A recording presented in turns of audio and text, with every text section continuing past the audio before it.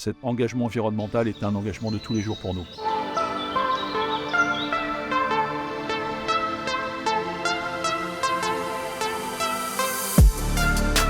En 2009, dès la première plantation, il était pour nous très important de respecter ce qui nous nourrit, c'est-à-dire la terre, et donc d'avoir une démarche environnementale qui soit à tous les niveaux. Le domaine est bio. Pour nous, la gestion de l'eau est une question excessivement importante et cruciale. Nous sommes tenus d'utiliser de l'eau puisque nous avons des nettoyages à faire. Malheureusement, à l'endroit où nous sommes, nous ne pouvons pas être connectés du tout à l'égout. Il était important pour nous de ne plus pratiquer le pompage de nos effluents dans des cuves pour aller les pendre sur des terrains, mais d'avoir un moyen de recycler et de retraiter cette eau de manière à avoir une eau claire et saine à la sortie. On ne voulait pas quelque chose qui soit aérien, puisqu'on ne voulait pas que cette solution occupe une grande place, et on voulait surtout aussi récupérer l'eau à la fin. On a été vraiment séduit par la serre, par ce côté esthétique, qui est en plus quelque chose qui est visitable, et dans lesquels d'ailleurs on va faire pousser d'autres plantes. Donc en fin de compte, c'est une solution qui est excessivement intéressante à bien des égards.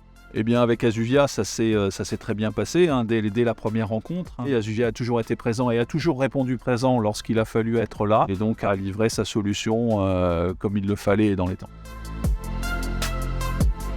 Dans le cadre de votre activité de production, vous allez générer des effluents à travers le lavage des cuves, des pressoirs, à travers le lavage du sol. Ces effluents vont ruisseler dans les caniveaux et converger dans une cuve. Nous allons aérer cette cuve et pomper dans cette cuve pour envoyer ces effluents dans notre système de traitement. Les effluents vont subir un cycle de traitement qui va durer de 12 à 24 heures.